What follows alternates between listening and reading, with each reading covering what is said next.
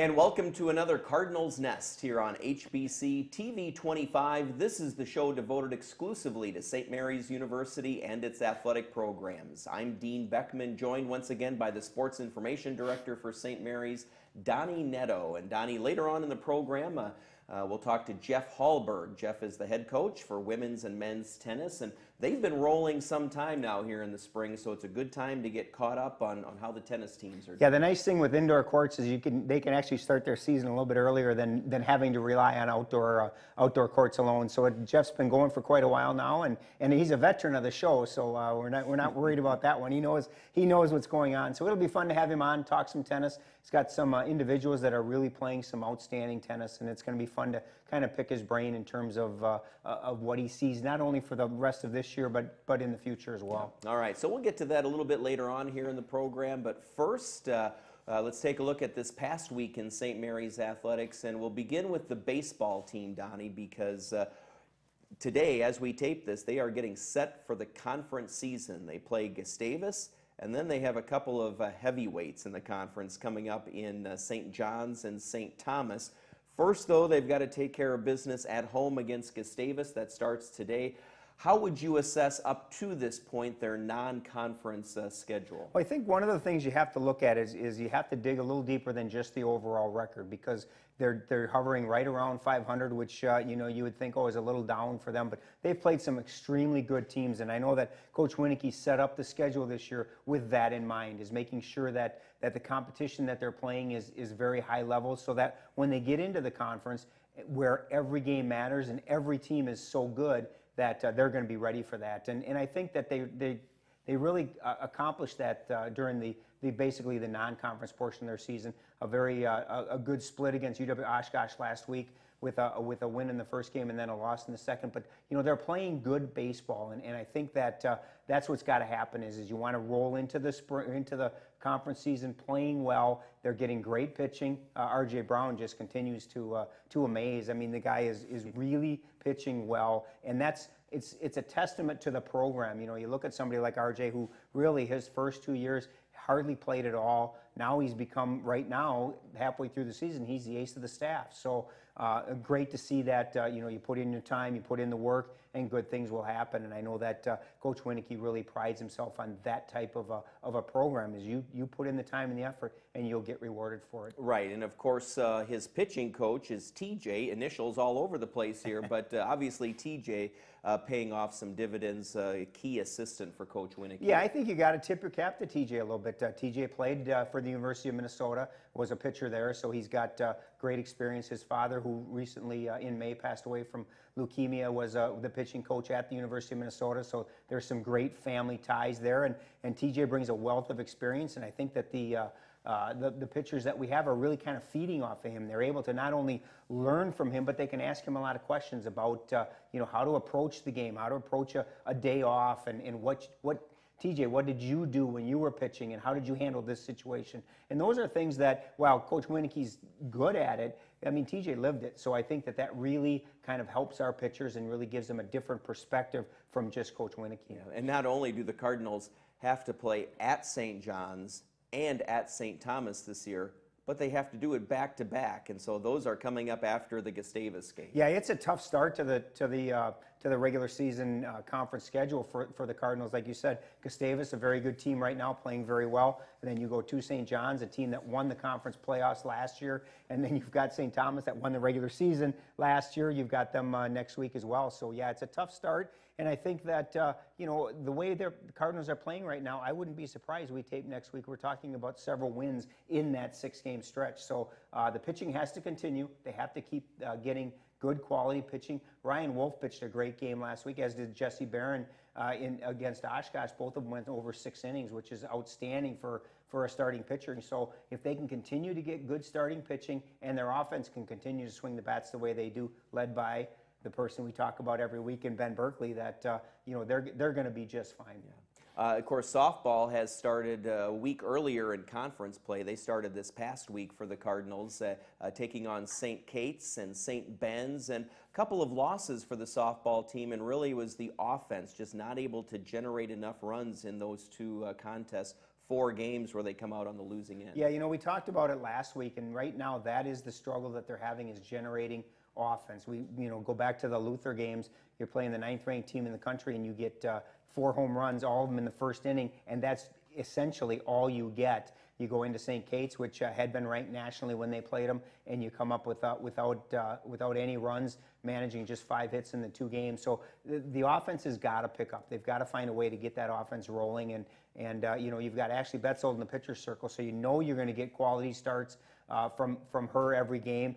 Amber Trendles has been doing a good job pitching as well in a relief role, giving Ashley some time off, but the offense has got to generate. If you don't score any runs, you're not going to win, and that's, it's kind of a cliche, but it's true, if you think about it, and, so Ashley could be throwing zeros. If you're playing St. Kate's and you don't score, you're not going to win. So you've got to get that offense going, and I know Coach Miller has talked a lot about that. We got to find ways to generate offense, and hopefully that will pick up now as we get going with Bethel as we're taping today, and then we've got a big weekend this weekend with 4 more conference games. So it's a heavy time, and they've got to figure out a way to get that offense going. Right. I mean, it's early April, but you look at the schedule, and they're pretty much halfway or more through the schedule. Yeah, already. And if you think about it, especially softball, their conference season, actually their season will end before April's over, because that first weekend in May is the conference tournament. So it's a lot of games crammed into a small amount of time, and so you don't have a lot of time to try and figure out how to get out of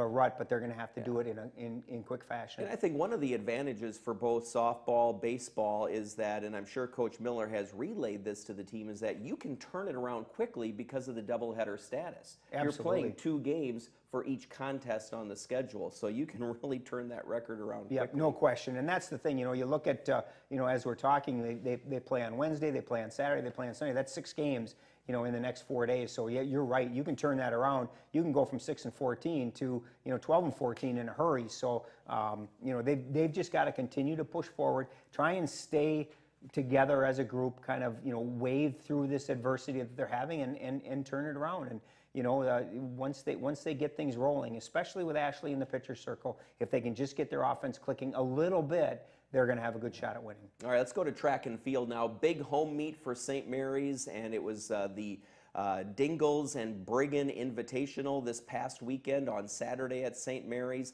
and 6 first-place finishes for the Cardinals, Donnie, including 3 school records that were set. Yeah, what a great start to the outdoor season, and for them to get 6 first-place finishes, you got, and the thing you've got to remember with that meet is it's a little bit smaller meet. There were 5 teams there, but when you've got Winona State there as one of them, a Division II school, so you're competing against some very talented individuals. So, great to see those 6 first-place finishes. Great to see 3 school records set. Becca Dupe in the long jump, and you've got Jovan Newsom, who we've talked a lot about, and I'm really very happy for him. And I know I've said that before, but to see the success that he's having this senior year, for him to break that 3,000 school record was awesome. So that was great to see. David Kemper broke the school record in the pole vault, the 12-year-old school record. So some very solid performances, especially this early in the outdoor season. Now the key is, let's see that carry over this weekend. They head to UW La Crosse, a big meet at La Crosse, the Ashton May Invitational. That will really kind of be one of those ladder type events where we really see where we rank, because we're going up against some very talented Wisconsin State schools. So I know Coach Anderson likes this meet early in the year, just so that they can really see where they're sitting heading into the rest of the season. Yeah, we had Coach Anderson on the program last week, and clearly a lot of excitement, Donnie, about the track and field team. And I'm sure he was pleased with Maria Miserelli placing first in the women's pole vault, because he said, at the indoor conference, she didn't maybe finish as high as she or they would have hoped. So certainly she's back on track here in the outdoor season. Yeah, no question. And it's the outdoor season is a lot of fun. Obviously, they enjoyed Saturday because it was a gorgeous day. Yeah. But it's good to get outside. I know most of the athletes like the outdoor season better, and Maria's going to have a great year. We know that, and when we start talking outdoor championships, she's going to be right there in the mix to be competing for a conference title, and as is Becca, and as is Jovan, and probably as is David. Great to see that start for him. But there's so many others too that really had outstanding performances. Brandon Krogman, who we talked a lot about indoor, is just picking up right where he left off. Had a really solid start to his outdoor season as well. So I think that the future this season is going to be very bright for the track and field team. And finally in this segment, Donnie, men's golf is underway here in the spring season. So they were at Loris, the Loris Spring Invitational this past weekend, and how did they do there? They did, you know, for Coach Moore, he felt very pleased with how they did. I think he still thinks that his golfers can shoot a little bit better, but Owen Blakely had a great weekend with a 75 in the second round. Bryce Gillespie, a name we really haven't talked a lot about in the fall, came back with 278s. So those two led him to a 10th place finish. And you know, it's early. They had only been outside for a couple of days before heading down to Peosta, Illinois for that tournament. So you know, I think from a standpoint of their first competitive match outside, I think he was pretty happy with the way they performed. But again, they were a little shorthanded, didn't have some of the regulars in the lineup, and it was good to see some of the people that we haven't talked a lot about kind of step up and get their chance to show what they can do. And Owen and Bryce for sure definitely showed that they should be in that top 5 competing for a spot week in and week out. And it was nice to see Mike Mazzano from the hockey team. He's out there playing golf this spring, and former hockey player Johnny Morales also on the team. Yeah, both of them did a nice job, and I know it's funny, I shouldn't tell this, but Mike was extremely nervous on the first tee. That was his first competitive match, and you know, for a guy who's played in front of thousands of people on the ice, it's kind of funny to hear him say that he was nervous when there's really nobody there, but the team's competing. So it was great to see them do that, and it goes back to what we talk about, and I know we've talked about it with Coach Halberg with women's soccer, is that it's neat to see these dual sport athletes, and it's you know, it's not easy, no matter what the sports, what the crossover is. When you combine athletics and your academics, it's really neat to see that these guys can succeed at both levels. Mike Mazzano is a great student, and for him to play fall golf, winter hockey, and then spring golf, that's asking a lot of a student athlete. And for Johnny Morales, Becca Dupe, all of these guys to be able to do that says a lot about the type of people that they are. I know when I play golf, I'm not nervous, Donnie, but the cars in the parking lot are, because you just never know where that ball's going to fly. All right, stay tuned here to HBC's Cardinals Nest. When we come back, Jeff Halberg, the head coach for women's and men's tennis, will be on the program here on HBC.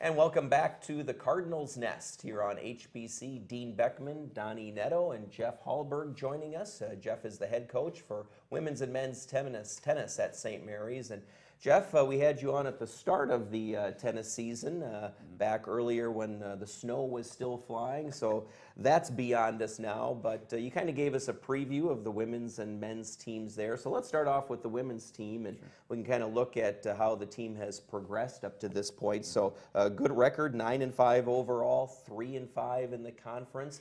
How would you assess kind of well, we're past the halfway point of the season now, kind of approaching the end here. Well, we've met some of our goals, and some are still out there. We haven't accomplished what we want yet, but we still are in the race to do that. The match against St. Kate's on Friday, this past Friday, that was a big test for us. It was one we really wanted badly, and but unfortunately, just like last year we literally lost 4-5, and we had a match point in a match that we ended up losing. So we were actually 1 point from the conference tournament. pretty close to the same thing this year. It came down to the last match. We went to a super breaker in the third set, and unfortunately we fell a little short. And so instead of 4-4, we're 3-5, which means the playoffs start Saturday. When we play St. Olaf on Saturday, the next 2 matches are must-wins to get in the tournament. They're both winnable matches, but they're certainly not gimmies. It's the MIAC, so Right, it'll yeah, be a and battle. just 2 conference matches left. You've got St. Olaf and then St. Ben's at the very end of the season with a couple of non-conference in between. Yep. Talk a little bit. It's got to be, nice at this stage in the season with two matches left to still be talking about, hey, we have a shot at making the playoffs. Because as we've talked many times, especially in tennis, the conference is so deep and so talented that it's an accomplishment to make that 16 field. Well, it is. I mean, honestly, we've on this past weekend we played 4 matches in 3 days. And on Sunday, after playing 2 matches in a row, we played Alverno and St. Norbert's. Alverno's 3rd in their conference. St. Norbert's is 2nd in their conference, and we beat them 9-0 and 7-2, which just tells you how good the MIAC is. I mean, we just played fantastically well, but we were just really kind of pleasantly surprised to realize, yeah, actually, we might actually win both of those conferences, and that's saying a lot. So yeah, but to go, yeah, we're just doing everything we can just to get into that top 6 in ours. But it's a testament to the quality of the conference, really across the board in all sports too. I mean, this is just a fantastic conference and great schools to play in it, and it's a privilege to play in it. But there are days where you're just going, man, I wish it was a little bit easier. Well, and as we stay on the women's side, as I look at some of the records for the individual players and doubles teams, one that really stands out is Haley Jorgensen. She's 12-4 in singles, 5-3 in the conference. So she's been definitely a leader from that standpoint. Absolutely. Haley, honestly, from her freshman year to now, in my 19 years, she's probably improved more than most any player I've had. She came in, she was a starter as a freshman, but she was kind of a classic, what we call a pusher. Just very steady, but not a whole lot of power. She basically just drove people crazy, and that was her way of winning. But she was determined to add more to her game, and she put in a monumental effort to do so. And now she is a complete player. She can play with power, she can play with finesse, she can grind when she needs to, she can approach the net and stick volleys away. And yeah, consequently, she's become a real leader on the team because the players they know what she did. And it's what a great example to the rest of them to go, look, as good as you are now, look at Haley. Look how much better you could be if you just put in the time, because she's an amazing player now. I look at, especially Saturday being senior day, your other female senior in Megan Vandenberg, kind of that same thing in that she's been a regular since that she first stepped on campus, and like Haley, really has made huge strides in terms of what she's accomplished. You look at both of them being number 2 and number 3 all time in singles wins. Yeah. That is impressive, and it's got to be kind of bittersweet on Saturday to say goodbye to these 2 seniors. Oh, absolutely. I mean, they're really the lifeblood of the program. They lead by example, and in Megan's case, she leads with her voice as well. She's a really outspoken and fun leader to have. And yeah, Megan has also done just amazing things. I mean, I remember she came in as a freshman. She was worried about me cutting her from the team, and I'm like, Megan, I don't cut people that I recruit. And and she's gone from 5 singles as a freshman to now not just number 2 singles, but a very good 2 singles. I mean, she's winning matches left, right, and center, and just doing a super job. Really, again, is an example of what it is to just stay in the fight and battle even when things are hard. And so, yeah, they're great leaders for us, and yeah, we'll be very sad to lose them. And then finally on the doubles side, I mean, I can see that Laura Sande, Megan Vandenberg standing out from a record standpoint.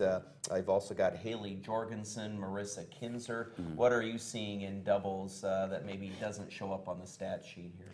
Well, I mean, doubles is, your biggest goal really is to be more than the sum of your parts, because 2 players that they may be fantastic singles players, they may not actually click as a doubles team. You have to find a way for them to work together. And you know, fortunately for me, the team as a whole, the team gets along fantastically well. I love working with the ladies. They're just because they all have just great attitudes and are very positive. But you know, finding chemistry on a tennis court, you still have to understand each other's movements, what your strengths and weaknesses are. And early in the season, you know, we changed the teams and stuff. So it takes a while to get there. And you always have to be paying attention to the little things that can happen, little tweaks that you have to make.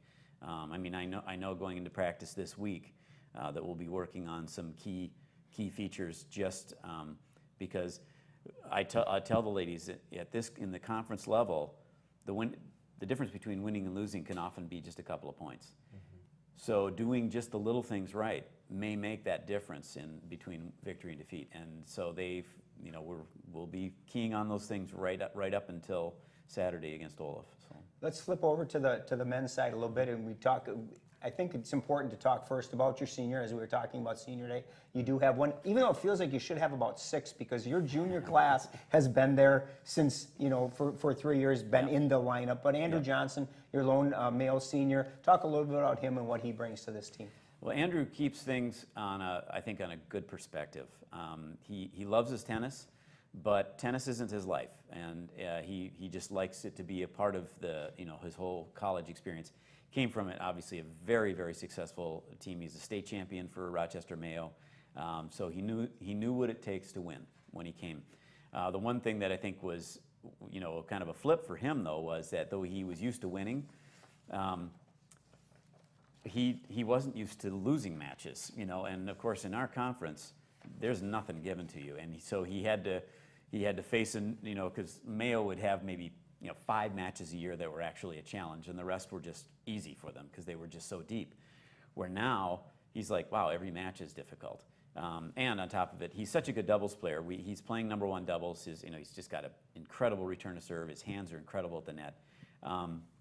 But it is asking a lot of him because he's all of 5'5", and he's playing at the top doubles spot. And he and Alex Holm have done a super job together. And you know, but I can't protect them from what we've got, you know, in front of them. It's just difficult tennis. I mean, they went to a breaker against Bethel, which is an absolutely fantastic team, and you know, they pushed it right to the wire. Just fell a little short, but they played just super tennis. And so, you know, Andrew just, you know, from a tennis standpoint, from a personality standpoint, he's such a great fit for us because he's just a fun kid to have around. And, yeah, we'll miss him a lot when he's gone. And as a team, 7-7 overall, so kind of assess the season up to this point, just 3 matches left for the men. Yeah, I mean, really, we're very pleased. We knew that this would be a kind of a building season, you know, because we only lose Andrew. You know, I'm very fortunate in the sense that I only have one senior that goes, and we're actually several players deep. So we've got guys on the bench that are capable guys. So we are going to be even better next year. But I'm actually very pleasantly surprised with this year. We knew the conference was going to be very difficult, but we got off, you know, once we got past Gustavus and St. Thomas and Carleton and so on, you know, we knocked off Hamlin right away. We came within a whisker of beating Concordia, gave Mac a great match. So we've really competed very well. And so, you know, and I think we have a great chance against Olaf and against St. John's. Those are matches that are in our range. But again, you know, historically we haven't beaten them very often.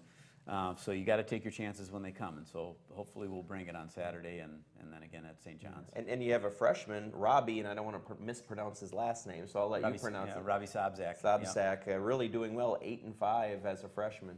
Yes, Robbie is doing really well. Bobby Tiedemann, who's they're you know, fortunately they're like the best of friends, and they've you know, they come in together. I mean, they're both just doing superbly well. Robbie, of course, he injured his wrist right at the end of the soccer season, and so he couldn't play in the off season. He literally only got cleared the first week of practice, and so he was kind of behind the 8 ball. But he's such an incredible athlete, and he's strong as a truck. I mean, he's just really a powerful kid.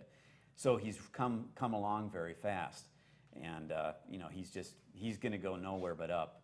And Bobby, he's just done fantastically well. Come in, had to play 3 singles as a freshman, but he's a force. I mean, just his backhand, and especially his backhand return alone.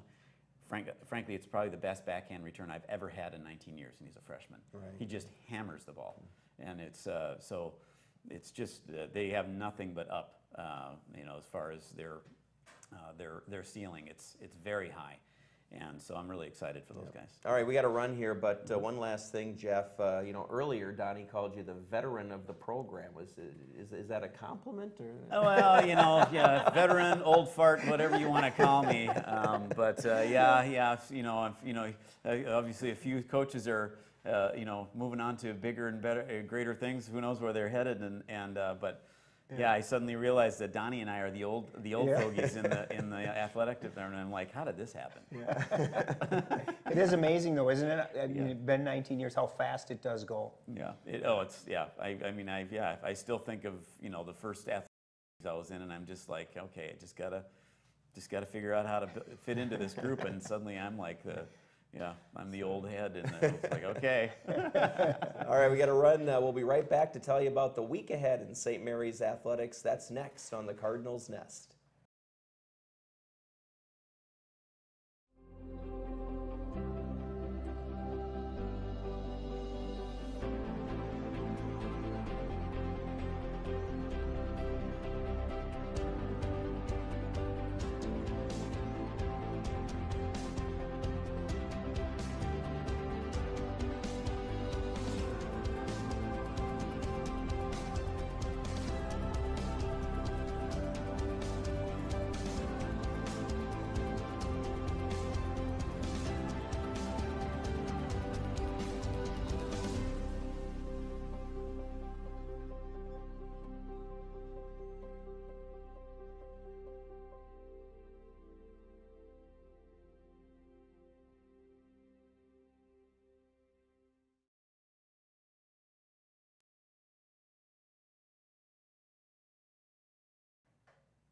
And we're back to wrap things up on this week's Cardinals Nest here on HBC. And Donnie, before we talk about upcoming events, some news to get to, and that is the head coach for women's hockey, Terry Manor, is stepping down. Terry's been at St. Mary's a long time as a player, assistant men's coach, and then longtime women's head coach. Yeah, it's really going to be sad to see Terry leave. He's a very close friend of mine. As you mentioned, he played hockey here. In fact, when I started my job at St. Mary's, he was playing and actually showed up at my son's school in his uniform with the Cardinal, and the kids all loved that and still have a picture of that. But then he moved on to be Coach Olson's assistant coach. I was the goalie coach at the time, so he and I coached for 9 years under Coach Olson, and then Terry moved into the women's hockey coaching job 11 years ago. So I talked to him after his decision. Obviously, you know, as he said, it was a very tough decision, very hard to leave St. Mary's, a place that he's been at more than half of his life, but he just felt it was time to move on and try something else, and certainly wish him nothing but the best of luck. He's going to be sad to see him leave, but certainly wish him all the best in his future endeavors. Good. Well, that's all the time we have this week, but certainly some big contests this weekend for baseball, softball, track and field back in action, tennis, as we heard Coach Halberg talk about. So we'll give you all of those results and a lot more on next week's Cardinals Nest here on HBC.